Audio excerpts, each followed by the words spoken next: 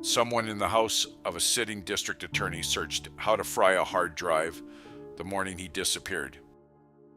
Not a suspect, not someone under investigation. The man who ran the investigations.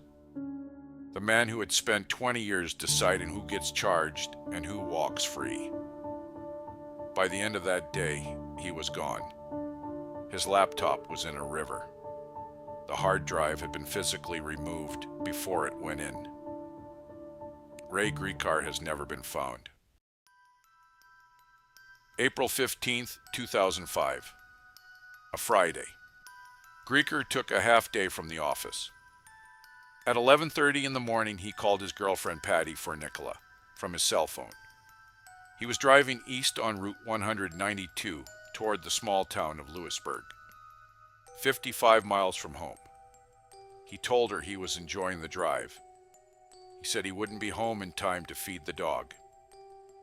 That was the last confirmed contact anyone had with Ray Gricar.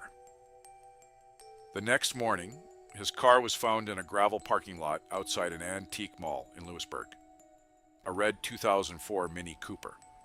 Locked. His cell phone was inside, turned off. His keys were gone. His wallet was gone. His laptop was gone. Two things were in that car that had no explanation: cigarette ash and the smell of tobacco smoke. Ray Gricar was a non-smoker who did not allow anyone to smoke in his vehicle. A train tracking dog indicated he may have left in another vehicle. Multiple witnesses reported seeing him that day in Lewisburg with an unidentified brown-haired woman. She has never been identified.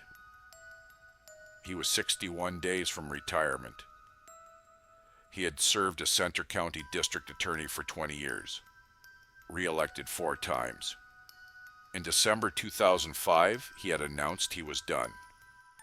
The end of a career spent inside the machinery of law enforcement, a man who understood, better than most, exactly how evidence works. That detail matters.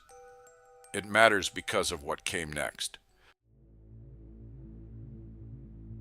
3 months after he vanished, fishermen pulled his county-issued laptop from the Susquehanna River. It had been thrown from a bridge. The hard drive had been physically removed before it went in. 2 months after that, the hard drive itself turned up on the riverbank, 100 yards away. The FBI examined it. The United States Secret Service examined it. Kroll OnTrack, one of the most advanced data recovery firms in the world, examined it. Nothing. No data recovered. Whatever was on that drive, it no longer exists. Then investigators found something worse. 4 years after he disappeared, Bellefonte police revealed that someone had used the shared home computer before Gricar vanished. The searches were still in the browser history. How to wreck a hard drive. How to fry a hard drive. Water damage to a notebook computer. And separately, software purchased specifically to wipe a hard drive clean. 2 acts of preparation, not one. The searches came from a shared computer. Investigators could not confirm it was Gricar who made them. That ambiguity is not a footnote. That ambiguity is the center of this case. Someone in that house knew what was going to happen to that hard drive, and they prepared for it. A man who spent 20 years building cases against other people understood one thing with precision. Evidence is only evidence if it can be read. Whatever was on that drive, someone made certain it never would be. There are 3 directions this case has pulled investigators for 20 years. None of them hold. The first is suicide. Ray Gricar had a brother named Roy. In May 1996, Roy told his wife he was going out to buy mulch. He never came home. His car was found near a river in Dayton, Ohio. His body was pulled from the Great Miami River, ruled suicide by drowning. Pennsylvania State Police noted something specific about where Ray's car was abandoned in Lewisburg. It was parked near two bridges over the Susquehanna River.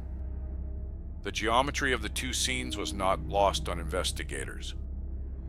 But Ray Gricar had no documented history of depression. No body has ever been recovered. And no one who intends to die also purchases hard drive wiping software as a separate deliberate act beforehand. The second theory is voluntary disappearance. In the 2.5 years before he vanished, Gricar made a series of cash withdrawals totaling more than $16,000. The hard drive searches, the wiping software, the mystery woman no one has ever identified, the tracking dog suggesting he left in another vehicle. Each detail supports a man who planned to leave. But Gricar had a daughter he was close to, a girlfriend, retirement 61 days away, and in 20 years, not one confirmed sighting. More than 300 reported, none verified. A man who builds a disappearance that clean and sustains it for 2 decades without a single confirmed trace is either operating at a level of discipline that strains belief, or he did not choose to disappear at all. The third theory is foul play. In 1998, Gricar declined to prosecute Jerry Sandusky after a mother came forward reporting abuse.